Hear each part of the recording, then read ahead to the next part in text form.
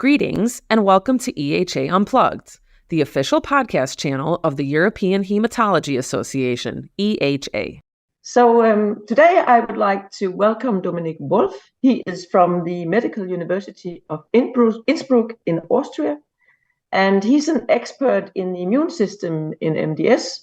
So we're going to talk a little bit about targeting the immune system in MDS. So welcome, Dominik. It's nice that you could join us. Hello, Kirsten. So, we all know that transplantation works in MDS, right? And in essence, this is actually using the immune system to targeting MDS. So why do you think it works? I think, so first of all, thank you for the invitation. Great to be here. And allo-transplantation is the prototype of immunotherapy for hematological diseases, which we all use since decades. And we all like it on one hand, but also we all dislike it on the other hand, because it saves a lot of lives, also for particularly high-risk MDS patients, but also it harms patients due to its toxicities in terms of non-relapse related toxicities, which is one of the major limitations. And there's a lot of advancement, but it's still a big problem in daily clinical practice, particularly GVHD management and all that stuff. I'm personally quite convinced, due to the long experience I have myself in transplantation of MDS patients and also AML patients, that it's indeed the long-term success of the technology indeed very much depends on the graft versus disease effect. Yeah. Because you can really nicely see also with the new methods of sensing relapses by molecular markers in patients after transplantation, when you then withdraw, for example, or reduce immunosuppression, or you even give donor lymphocytes as weapons fostering the graft versus leukemia effect, you can really often see that you can again go back to MRD negativity and induce long-term control of the disease. So in addition to just being a replacement therapy, the lymphocytic compartment, but also the NK compartment in the graft is definitely centrally involved in controlling the disease. But as I said, it's also the major limitation, because those cells can also do harm the recipients by inducing severe life-threatening or inducing a lot of morbidity burden in patients with acute and in particularly chronic GVHD. And interestingly, also there's a lot of large big data, big file analysis from EBMT showing that you have a nice correlation of chronic GVHD and disease control. So you can't definitely spread those two, the one which is the therapeutic effect, meaning graft versus leukemia, and the one which is the, let's say, side effect, the graft versus host disease. It's somehow also linked, and I think it's still very important. We need this kind of therapy. I just came back from my round here. We have a young lady, same age, same age I have, not very young, middle-aged, but having high-risk MDS, and it's clear we have to go for donor search and go for transplantation finally to cure the disease, because still we don't have alternatives by using the immune system, for example, CAR T cells or other immunotherapies being a curative alternative for this patient population. But I also think, this brings me to a little bit, back to earlier stages of MDS, where we know a lot of things are happening in the immune system. What do you think would be good targets, or what have shown to be good targets, and why are they not good enough? Can you comment a little bit on that? Yeah, for me, the low risk MDS patients are a beautiful prototype of how the myeloid compartment induces inflammatory circuits, which is very important for the microenvironment in the bone marrow, meaning also the differentiation capacity of cells, but which can also induce in patients. All of you take care of MDS patients, and these patients which have inflammatory symptoms in addition to their MDS. Yeah. And some patients do not have any signs of inflammatory side effects, and others can have really severe hyperinflammatory syndromes. I'm not talking about VEXAS, which is a very specific subtype of a very defined mutation. I'm talking about really the classical MDS, having the morphological MDS, having also the mutational pattern, and these patients having inflammatory symptoms. And I think here we are currently learning more and more how genetics in the myeloid compartment imprint innate immune signaling, which finally leads to hyperinflammation, to production of, for example, IL-1 and IL-18, HMGB1 as a final readout of activation of the NALT3 inflammasome. Or we can also see activation of intracellular protein complexes, which are lowering the threshold of the TLR activation signals. And there are many TLRs out there which are usually recognizing danger signals, such as, for example, LPS from gram-negative bugs.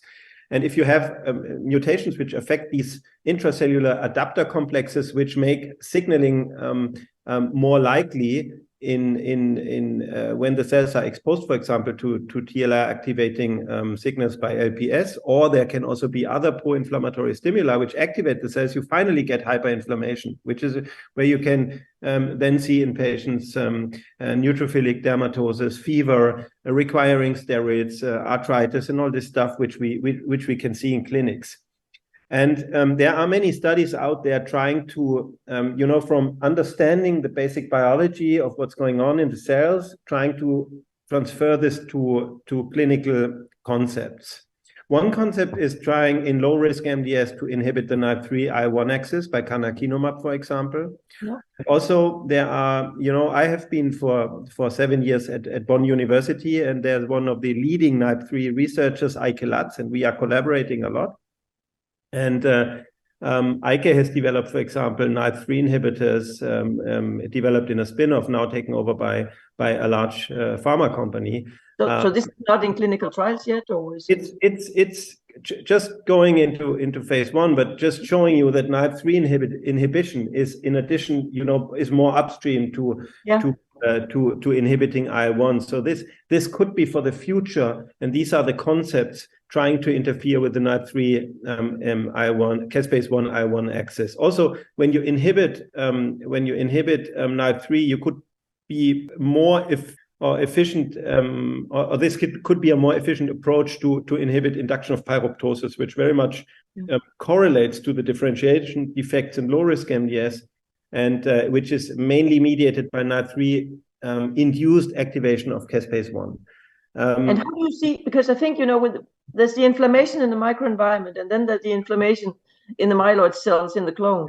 Yeah. So how do you see this interaction? Is the one dependent on the other, or I think are you inhibiting both the microenvironment and the clone? Or I think we need to target both. It's a very good point you mentioned, because it's always like a chimera in the bone marrow. You have the diseased clonal cells and you have the non-diseased cells. And I think we can learn a lot from the story of MPNs, because at the beginning we thought, okay, it's the JAK2 mutant cells where we have to inhibit JAK2, and finally, particularly on a beautiful work from Ross Levine, we have learned that inhibition of JAK2 in the non-clonal compartment is very much involved in also affecting the clonal expansion.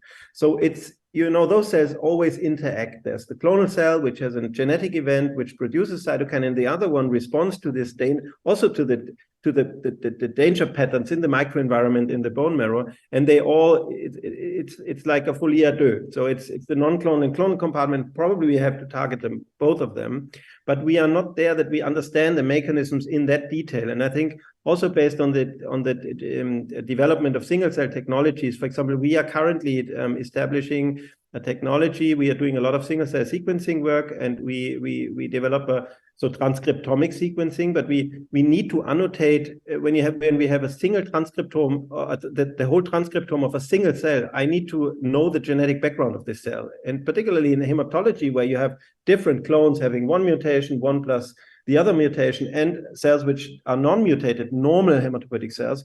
We need to understand which pathways are really induced there to really more or develop more targeted approaches on the basis of anti-inflammatory treatment. But I think NALT3/IL-1 is one possibility, which is very interesting in low-risk MDS, where the differentiation problem, the cytopenia, is the main problem. Yeah. Another development is targeting the MyD88 complex, where IRACs are essential in this signaling complex. And that's the one we know from the lymphoid diseases, right? Yes, exactly. That's the one we know from lymphoma and from Waldenström disease. It's MyD88 mutations, but here we have a different kind. It's not the classical MyD88 mutated activation of the MyD88 complex. It's rather based on proteins which are part of the complex, and IRACs play an essential role in the normal MyD88 induced DLR signaling transduction into the cell, leading to the output of producing cytokines. For example, normal cell responds to LPS in a sepsis or gram-negative and bacteria exposure. And here we have, based on spliceosome mutations, IRAC can be differentially spliced. And then we have an overabundance of the long form of IRAC4. And this long form of IRAC4 leads to a hyperactivation of this complex. And these IRAC inhibitors are clinically tested. There is some data out there. It seems promising, but it's very early. And the basic idea is also to trying to interfere with this inflammatory signaling circuit in MDS. And do you think this is even part of the whole? The way that MDS arises, when you go from CHIP or sequence to MDS. I mean, is this driven by inflammation, you think, or is it what do you, and is it association to different types of mutation also, or how do you? It's a very good question. I mean, I think everybody, or let's say it's accepted that chronic inflammation leads to ROS production and chronic local stress of hematopoietic cells. And I could envision that chronic inflammation also induces the clonal development or clonal expansion of chip clones, then leading by somehow having hyperproliferative features, leading to secondary genetic events, really finally ending up in a dysplasia coming from normal hematopoietic output from clonal hematopoiesis, perhaps going over CCAS, then really going to dysplasia, which maybe at least in some patients very much depend on induction of pyroptosis by activation of the IL-1 pathway. But I'm not so sure whether, because CHIP is so frequent, and I'm not so sure whether this is the only, whether the inflammation in the CHIP clone itself is the only driving force. I think it could be that there are other inflammatory external microenvironmental driven forces. And I think there's a beautiful model coming from lung cancer where, Charlie Swanton has just recently published this air pollutant paper where they show that in the lung, we have, let's say the lung chip is the GFR mutation in the epithelial cells. But then you have the microparticle dust exposure, which induces NALP3 inflammasome in myeloid cells, particularly macrophages. And this inflammatory stress by the air pollutants induces then the transformation, and then the KRAS mutation comes on top, and then you see the transformation. And they have really shown beautifully that EGFR mutated lung cancer is directly correlating to the microparticle exposure. When you look at the big cities in Asia, and you compare this to probably let's say one of our side values here, it's really a highly correlated observation. And I think it could be that we have the same model here. We have a spontaneous age-related sensitivity of hematopoietic cells to get a chip lesion, and then we have external factors. There was a recent paper showing that, for example, adipositas is driving clonal expansion of chip clones in a nice murine model. So I think it's a very complex mixture, but for me it's hot topic because So do you think we can prevent MDS progression? Yeah, perhaps we can prevent MDS progression by being more efficiently having anti-clonal therapies. I think we have to reduce the clonal size and we have to reduce inflammation, anti-inflammatory and anti-clonal. And it's a bit like when you go to MPN, it's completely different field, but conceptually, you can induce anti-clonal therapy with interferon. It's an pro-inflammatory cytokine, and you can be very perfectly anti-inflammatory with JAK inhibitors. But we don't have this very, very strong anti-clonal drugs in low-risk MDS because we can't, interferon is not a good idea in this setting. But conceptually, I think that would be interesting. So is this because we actually don't have anything that reduces the clone in low-risk MDS? Yes, we could perhaps reduce the clone by ATSA, but we don't use it in this setting. We will rather try to reinforce blood production by growth factors, or luspatercept, which is also some kind of, Actually, there was an interesting talk by Valeria Santini at EHA showing that imetelstat could actually reduce the clones. But I don't. That was sort of, for me, a completely new discovery, I think. Definitely. What about the adaptive immune system? Does that? I mean, people have been trying to target that in MDS. What do you think about that? Very difficult. Data are not convincing. We don't have the right targets. We don't understand the targets. When it comes, for example, to checkpoint inhibitors, there are many trials, but the data is disappointing. The only checkpoint inhibitors which seems to be interesting, I mean, Neil Dever has published in the May issue of JCO, for example, the combination of magrolimab together with azacitidine in higher risk MDS patients. So I think the myeloid checkpoints seem to be more interesting. The TIM3 data are a bit disappointing. The first stimulus phase 2 is a bit disappointing, but let's see what's coming out then in the randomized phase 3. I think we have to dig deeper, and probably it's also due to the complexity of the disease.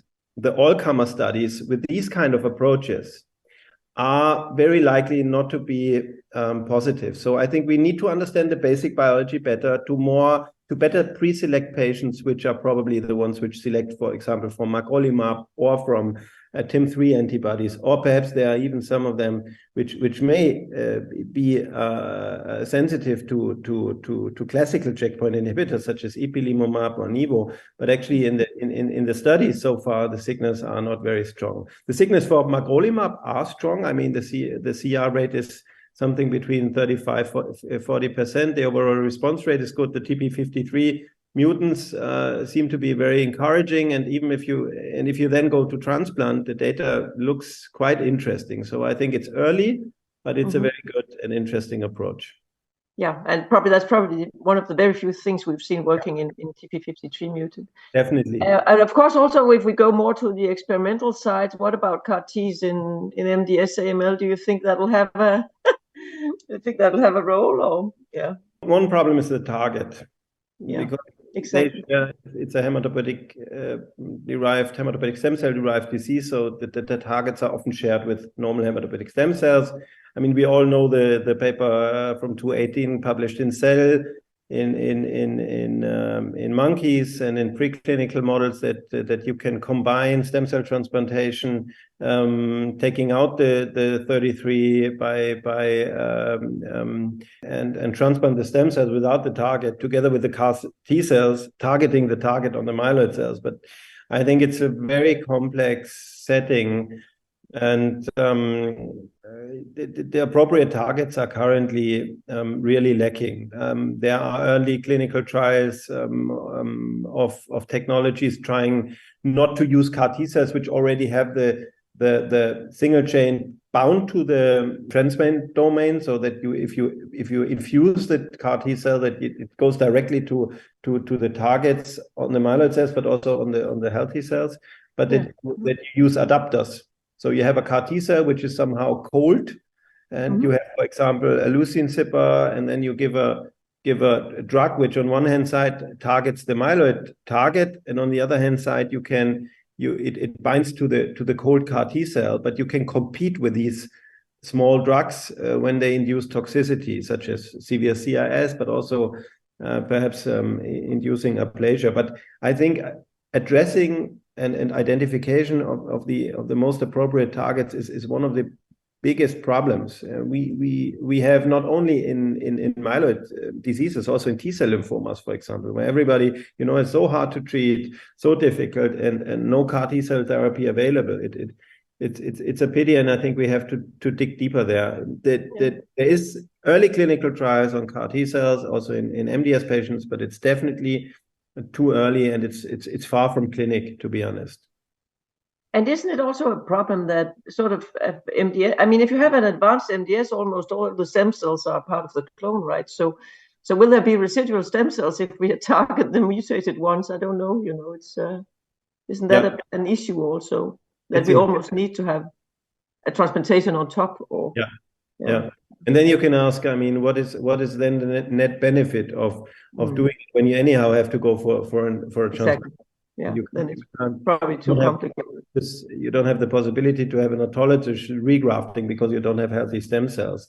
I think that for me, in myeloid diseases, allo-transplantation will be in place for the next, let's say, at least for a decade. Yeah. I don't see the developments which can replace allo for high-risk MDS so far currently.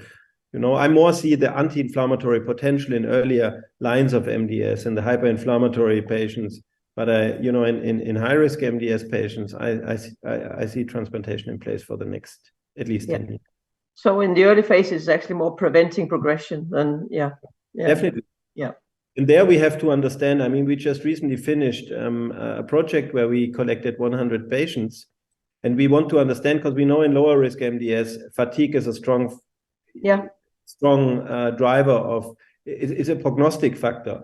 And why is that the case? What is fatigue really? I mean, also in long COVID, what is the fatigue? I mean, is it subtle chronic inflammation?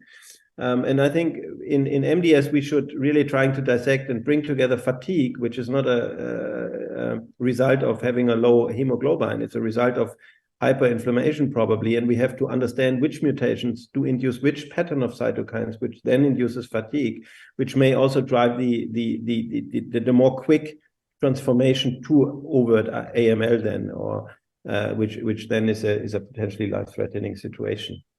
I think that's a very interesting endpoint, because this is also one that really means a lot for the patients, right? So do you think this inflammation is actually in the central nervous system, or how do you envision the combination of inflammation and fatigue? It could be that it's a very good point that it's an inflammation which also affects the CNS and thereby induces the mood symptoms.